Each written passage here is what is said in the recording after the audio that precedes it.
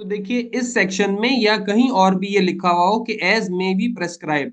अब इस प्रेस्क्राइब में देखें लेजिस्लेटर ने क्या किया, यहां लिख दिया, खुद नहीं कुछ बताया, और पावर दे दी।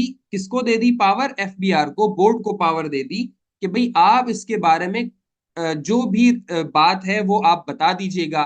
तो इसको कहते हैं उसने पावर अपनी डेलीगेट कर दी। अब मैं आपको देखें एफबीआर की वेबसाइट दिखाता हूँ, ये एसआरओ कहाँ आ रहे होते हैं।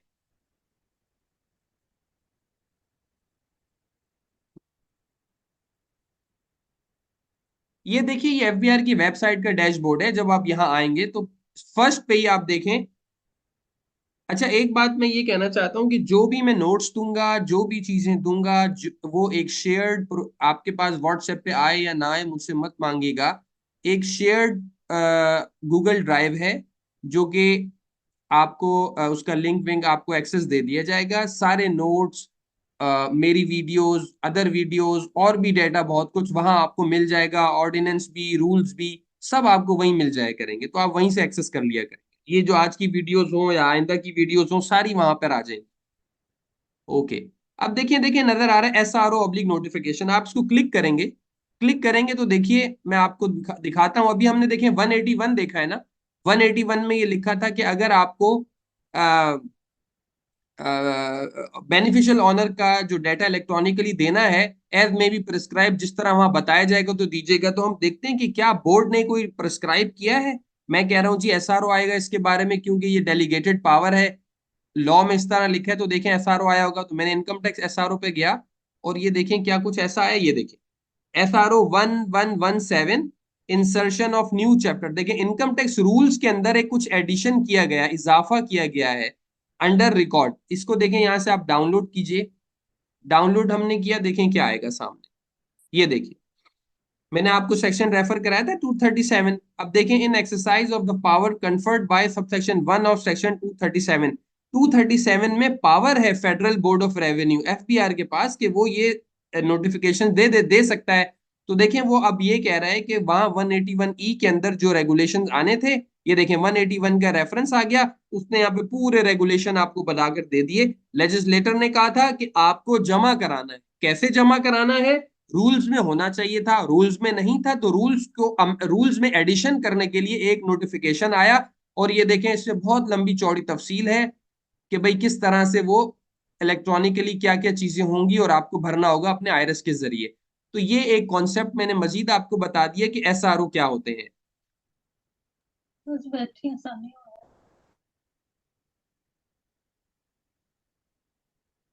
ओके।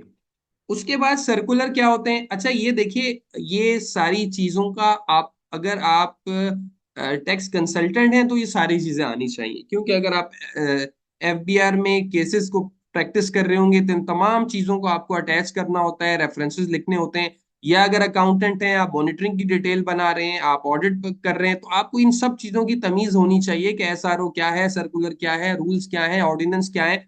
और ये सोर्सेज हैं लॉ के, अगर आपको प्रैक्टिस करना है तो ये सारे सोर्सेज आपको आने चाहिए। उसके बाद आप सर्कुलर देखते हैं। सर्कुलर क्या है? सर्कुलर बेसिकली, अच्छा ये जो स्टेट्यूटरी, ये एसआरओ जो है ना, ये सब पे बाइंडिंग होते हैं। चाहे आप टैक्स पेयर हैं, चाहे आप टैक्स प्रैक्टिशनर हैं, चाहे आप एफबीआर का स्टाफ हैं, आप कोई भी हैं, आप पर एसआरओ बाइंडिंग होते हैं। सर्कुलर्स क्या होते हैं? सर्कुलर सिर्फ बाइंडिंग होते हैं, बाइंडिंग नहीं होते सीआईआर अपील पे, और टैक्स पेयर पे ये बाइंडिंग नहीं होते। कहाँ लिखा है ऐसा? ऐसा लिखा है सेक्शन नंबर 214 में। ये सर्कुलर आते क्यों हैं? सर्कुलर इसलिए आते हैं, guidance on law to bring consistency in law issued by the FBR, issued by the board. For example, अच्छा देखें, guidance on law to bring consistency in law. अच्छा यहाँ ना कॉमा होना चाहिए, यहाँ लॉ के बाद कॉमा होना चाहिए। इशूड बाय द बोर्ड से ऐसा लग रहा है कि लॉ बोर्ड ने इशू किया। लॉ बोर्ड इशू नहीं करता, लॉ तो लेजिस्लेटर बनाता है। ये जो सर्कुलर है ये एफबीआर इशू करता है। इसका मकसद क्या है? फॉर एग्जाम्पल एक बजट आया, बजट के बाद अप्रूवल हो गया, फाइनेंस एक्ट बन गया, लॉ आ गया आपके हाथ में, इनकम टैक्स, उसमें जो तरमीम हुई फाइनेंस एक्ट के जरिए, अब आपके हाथ में लॉ आ गया। अब नई चेंजेस हैं, उस नई चेंज के बारे में टैक्स प्रैक्टिशनर का, लॉयर का कुछ और ओपिनियन हो सकता है, अकाउंटेंट का कुछ और हो सकता है, एफबीआर के स्टाफ का कुछ और हो सकता है। मैं आपको इसकी मिसाल देता हूं। एक सेक्शन आया, सेक्शन 4C, अभी हमने रेफर किया था, उसमें ये लिखा है कि कैपिटल गेन पर भी टैक्स होगा। 4C के लिए कैपिटल गेन को भी आप रखेंगे। अब इस पे डिस्प्यूट हो गया, वहां लिखा है कैपिटल गेन, अब ये नहीं लिखा कि कैपिटल गेन कौन सा होगा। टैक्सेबल कैपिटल गेन होगा, टोटल कैपिटल गेन होगा, एग्जेम्प्ट कैपिटल गेन होगा। अब एफबीआर का जो स्टाफ है वो कहता है भाई हर किस्म का कैपिटल गेन।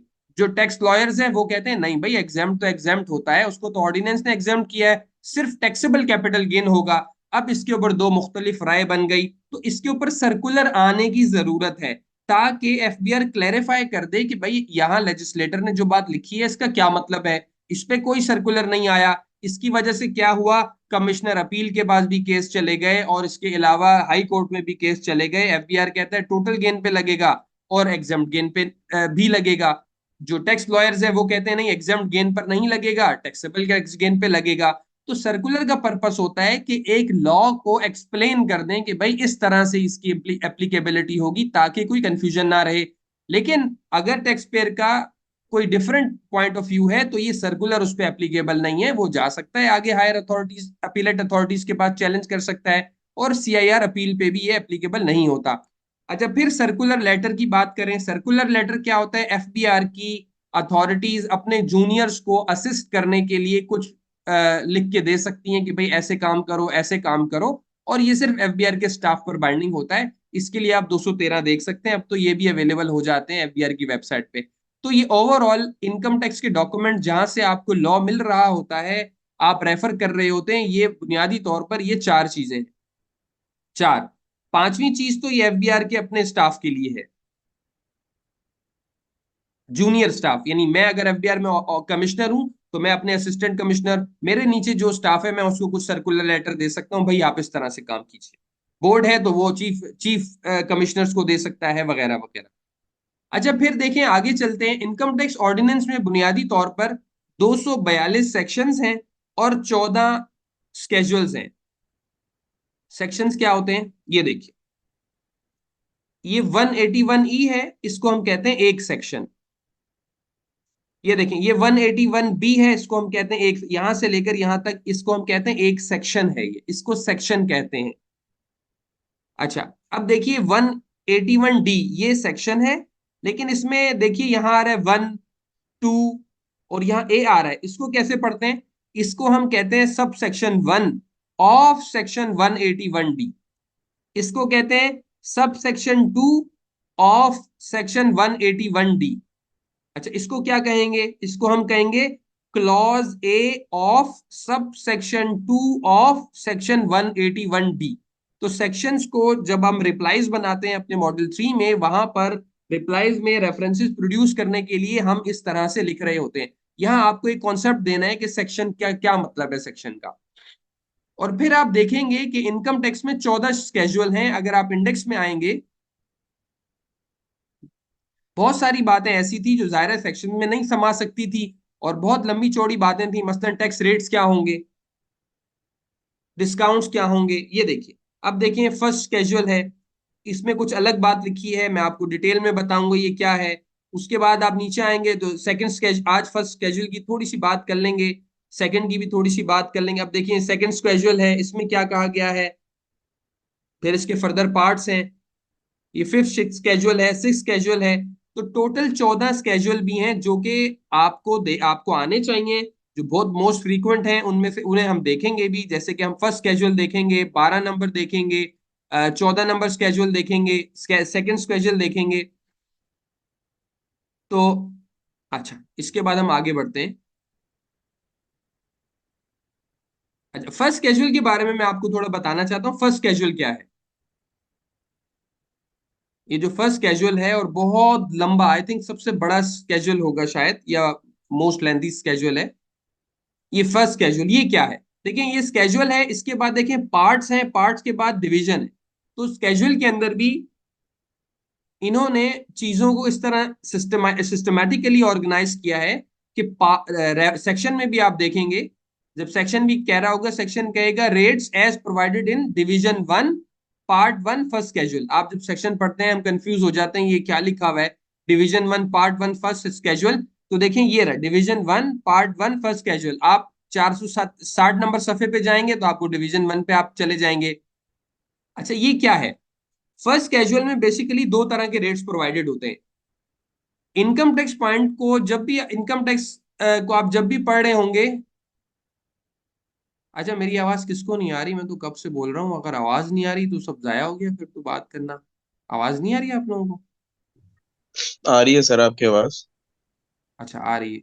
अच्छा फिर आप ऐसा करें, ये कौन है? राशिद, आप बेटा दोबारा कनेक्ट करें, बाबर दोबारा कनेक्ट करें, माय ब्लूटूथ ये भी दोबारा कनेक्ट करें, आप प्लीज दोबारा कनेक्ट करें। अच्छा, फर्स्ट कैजुअल को जब इनकम टैक्स ऑर्डिनेंस को पढ़ेंगे ना, तो आपको हमेशा दो बातें आनी चाहिए। ये बिल्कुल बेसिक बातें हैं, एक लॉ के स्टूडेंट को पता होनी चाहिए। एक होता है चार्जिंग सेक्शन और चार्जिंग के रेट्स होते हैं, और एक होता है विदहोल्डिंग सेक्शन और एक विदहोल्डिंग के रेट्स होते हैं। अगर मैं आपसे सवाल करूं कि ये बताइए सैलरी का चार्जिंग सेक्शन क्या है और विदहोल्डिंग सेक्शन क्या है, तो आपको अलग अलग सेक्शन बताने चाहिए। अगर मैं आपसे कहूं कि सैलरी का चार्जिंग रेट क्या है और विदहोल्डिंग रेट क्या है, आपको अलग अलग रेट बताने होंगे। तो इसके कॉन्सेप्ट को हम देखते हैं, बहुत डिटेल में देखते हैं, हम आगे डिटेल में लेक्चर्स में पढ़ेंगे। लेकिन अभी थोड़ा सा सिर्फ आपको ओवरव्यू दे रहा हूं, तैयार कर रहा हूं ऑर्डिनेंस को पढ़ने के लिए, कि ये पैरामीटर्स, ये चीजें आपको थोड़ी थोड़ी जहन में मौजूद हो, ताकि हम इन्हीं चीजों को आगे रेफर कर रहे होंगे। चार्जिंग सेक्शन का क्या मतलब है? चार्जेबिलिटी टैक्स रेट दिए में फर्स्ट कैजुअल के अंदर, ये क्या है? Taxability rates for individuals, AOP and companies. भाई अगर एक इंडिविजुअल का प्रॉफिट आपके सामने 10 लाख रुपए है, तो आप उस पर क्या रेट लगाएंगे? अगर एक पार्टनरशिप फर्म का नेट प्रॉफिट 10 लाख है, तो आप क्या रेट लगाएंगे? एक कंपनी आ गई, उसका नेट प्रॉफिट 100 मिलियन है। अब कंपनी भी तीन तरह की होती है, स्मॉल कंपनी का रेट अलग है, बैंकिंग कंपनी का अलग है, अदर कंपनी का अलग है। तो ये रेट्स, चार्जिंग के रेट जो कि एनुअल इनकम पे, नेट इनकम पे जो आपको लगाने हैं, वो आपको फर्स्ट कैजुअल से मिलेंगे। Number one. नंबर टू, दूसरे रेट क्या होते हैं? विदहोल्डिंग टैक्स के रेट्स होते हैं। ये क्या होते हैं? Withholding tax rates refer to the percentage of tax deducted और withheld from the payments made by one party to another. इसका मतलब ये है, जब एक आदमी किसी दूसरे आदमी को पेमेंट करता है, तो विदहोल्डिंग के सेक्शंस हम देखेंगे, वहां पेमेंट करने वाले को पाबंद किया जाता है कि आप उसको पूरी पेमेंट नहीं करेंगे, बल्कि कुछ पेमेंट उसके बिहाफ पर, उसके एनटीएन पर गवर्नमेंट को जमा करा देंगे, एफबीआर को, जो कि कलेक्टिंग अथॉरिटी है गवर्नमेंट की। जो आदमी टैक्स काटता है पेमेंट में से, उसको विदहोल्डिंग एजेंट कहते हैं, और जो टैक्स, जिसका टैक्स कटता है, उसको विदहोल्डी कहते हैं। अच्छा, इसको हमने डिफाइन भी किया हुआ है, चैनल पे एक वीडियो है, सेक्शन 236 जी और सेक्शन 236 एच। वो विदहोल्डिंग के सेक्शंस नहीं है, उसमें मैंने एक्सप्लेन करते हुए विदहोल्डिंग टैक्स की अकाउंटिंग एंट्रीज भी बताई हैं और उसके पूरे कॉन्सेप्ट को बताया है। हम क्लास में भी पढ़ेंगे, किसी की दिलचस्पी हो तो पहले से भी वहां से देख सकते हैं। तो इन दो रेट्स को कहां बताया? अगर आपसे कोई पूछे यार ये 153 का रेट कहाँ है विद होल्डिंग का, तो आप बोलेंगे भाई फर्स्ट कैजुअल देखो। आपके जहन में ये होना चाहिए कि भाई टैक्स रेट्स जब भी बात होगी तो फर्स्ट कैजुअल में जाना होगा। आगे बढ़ते हैं। से, सेकंड स्केजुअल की हम बात करते हैं। सेकंड स्केजुअल पे, अच्छा राशिद भाई कह रहे रिकॉर्डिंग मैंने अलाउ कर दी है। सेकंड स्केजुअल, सेकंड स्केजुअल पे, हम सेकंड स्केजुअल को हम रेफर करते रहेंगे इनकम टैक्स की किताब में। जो बहुत अहम चीज है वो सेकंड स्केजुअल है। सेकंड स्केजुअल स्केजुअल की ग्रिप इतनी जरूरी है, इतनी जरूरी है कि जिसकी कोई हद नहीं, जिसकी कोई शुमार नहीं है। सेकंड स्केजुअल में एग्जेम्पशन और टैक्स कंसेशंस की बात होती है। सेकंड स्केजुअल के चार पार्ट्स हैं, part one, part two, three, four.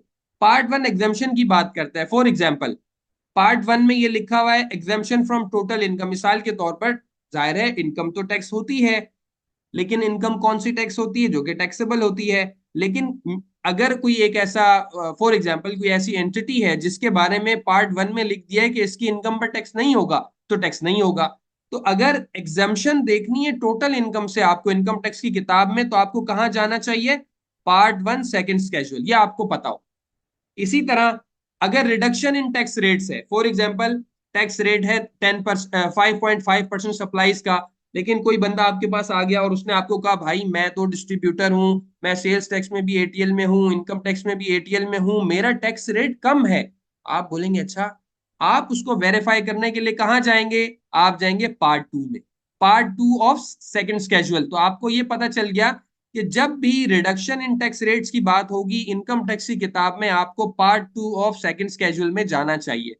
अच्छा जी, रिडक्शन इन टैक्स लायबिलिटी, एक टीचर आपके पास, आपने एक बंदे की रिटर्न बना दी और वो उस्ताद था, उसने कहा भाई आप मुझे 25% का टैक्स क्रेडिट तो दें। उसको सिर्फ ये पता था टैक्स क्रेडिट होता है, उसको कुलीग्स ने बताया था, लेकिन आपने उसको वर्कआउट नहीं किया था। आपने कहा अच्छा कोई रिडक्शन है टैक्स लायबिलिटी में, मैं चेक करता हूँ ऑर्डिनेंस में। तो ऑर्डिनेंस क्या पूरा पढ़ेंगे? नहीं, आप नेविगेट करेंगे, उसको सॉफ्ट कॉपी खोलेंगे, सेकंड क्वेश्चन लिखें, वहां जाएं, पार्ट 2 में जाएं, रिडक्शन इन टैक्स लायबिलिटी, यहां पर आपको सारी रिडक्शन इन टैक्स लायबिलिटी मिल जाएंगी। रिडक्शन इन टैक्स लायबिलिटी का मतलब ये होता है, फॉर एग्जाम्पल आपका 100 रुपए का टैक्स आया, उसमें से 25% की रिबेट थी, तो 25% की टैक्स रिडक्शन थी, वो माइनस हो गए 75%, आप 75 रुपए आपको देना होगा, ये मतलब होता है। और फिर ये कि पार्ट 4 में एग्जाम्पशन लिखी होती है कुछ स्पेसिफिक प्रोविजन से। फॉर एग्जाम्पल हम अगले सेशन में बात करेंगे, ऑर्डिनेंस का प्रियम्बल पढ़ेंगे, और ऑर्डिनेंस पाकिस्तान पे लगता है, कहाँ कहाँ लगता है, क्या गिलगित बल्तिस्तान पे लगता है, क्या आजाद जम्मू कश्मीर पे लगता है, क्या ये फाटा फाटा पे लगता है, नहीं लगता है, क्यों नहीं लगता है, तो इसकी एक्सटेंट क्या है इनकम टैक्स ऑर्डिनेंस का। एक बंदा फाटा फाटा में आपको इनवाइस कर दी वहां से, तो क्या करेंगे आप? टैक्स काटेंगे? नहीं काटेंगे। वो बोलेगा नहीं नहीं मेरा नहीं काटना टैक्स, मेरे को तो एग्जम्पशन दी है 153 से। तो आप बोलेंगे मुझे रेफरेंस दो, जब वो आपको रेफरेंस देगा वो यहां से लाके देगा, पार्ट 4 से लाके देगा आपको। क्यों? क्योंकि यहां पर एग्जम्पशन फ्रॉम स्पेसिफिक प्रोविजंस हैं कि 153 तो एप्लीकेबल है लेकिन मुझ पे एप्लीकेबल नहीं है, वो आपको आपको रेलेवेंट क्लॉज बताएगा। उसके बाद 12th शेड्यूल की बात है, इसको हम इस पे हम अलग से पूरा पढ़ते हैं, इसकी वीडियो भी डिटेल में है, हम इसको देख लेंगे बाद में। तो आज आज की क्लास में मुझे बस यहीं तक एक आपको जहनी तौर पे तैयार करना था, ये बताना था कि इनकम टैक्स से मतलब क्या है, क्या क्या पढ़ना है, क्या क्या चीजों को ग्रिप करना है, हम क्या क्या चीज देखेंगे, इसकी एक डिटेल आउटलाइन मैं आपको पहले ही बता चुका हूं। अगर नहीं भी है तो ड्राइव में मिल जाएगी या व्हाट्सएप पे भी ले सकते हैं। ये सेक्शंस हैं, इनमें से कौन कौन सा सेक्शन हम पढ़ेंगे, जाहिर है हमने 16 घंटे 17 घंटे 20 घंटे देने हैं, पूरी किताब तो नहीं पढ़ेंगे, लेकिन ऐसे प्रोविजंस हम पढ़ लेंगे जो रेकरिंग बेसिस पे इस्तेमाल हो रहे होते हैं, और उनकी ग्रिप करने से आप बहुत सारा हिस्सा प्रैक्टिस कर सकते हैं। तो हमने यहाँ से सेक्शन का नाम, उसका रेफरेंस, सेक्शन का नाम, सेक्शन का नंबर आपको लिख के कंटेंट लिस्ट में दिया हुआ है, वो सब इंशाल्लाह हम अपनी क्लासेस में करेंगे। नेक्स्ट क्लास के अंदर हम शुरू करेंगे इसका, ये प्रियम्बल शुरू करेंगे।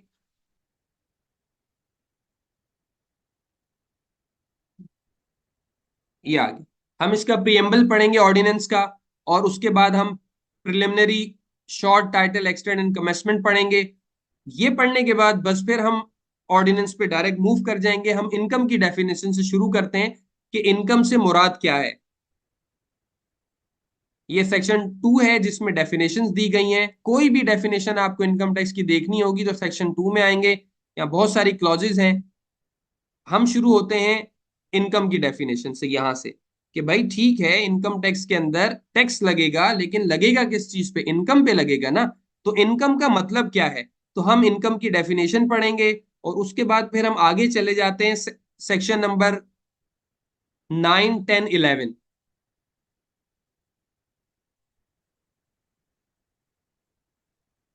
उसके बाद हम जाएंगे section number 9 taxable income, section number 10 total income, और हेड्स ऑफ इनकम पर जाएंगे। और फिर उसी पैटर्न पर हम आगे चलते जाएंगे, जिस तरह के मैंने आपको कंटेंट में प्रोवाइड किया है।